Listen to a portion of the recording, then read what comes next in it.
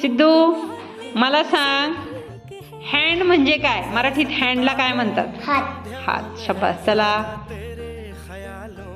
आपण ज्वारीची कणसं भाजून किंवा गव्हाच्या ओंब्या भाजून काय बनवतो? हुरडा. शाबास. आपण कशामध्ये लिहितो? वहीमध्ये. चला, पुस्तकं वाचल्यानंतर पुस्तकामधून आपल्याला काय मिळते? माहिती. काय मिळते? माहिती. माहिती नाही, माहिती. चला, जंगलामध्ये एक प्राणी असतो, तो अगदी शेळीसारखा दिसतो, त्याला शिंग असतात, काय म्हणतात त्याला? हरिण. हरिण. Very good. चला, दुधामध्ये लिंबू पिळून ते आंबट केलं जातं आणि त्यापासून काय बनवतात? दही. मग आज आपण काय शिकलो? काय शिकलो?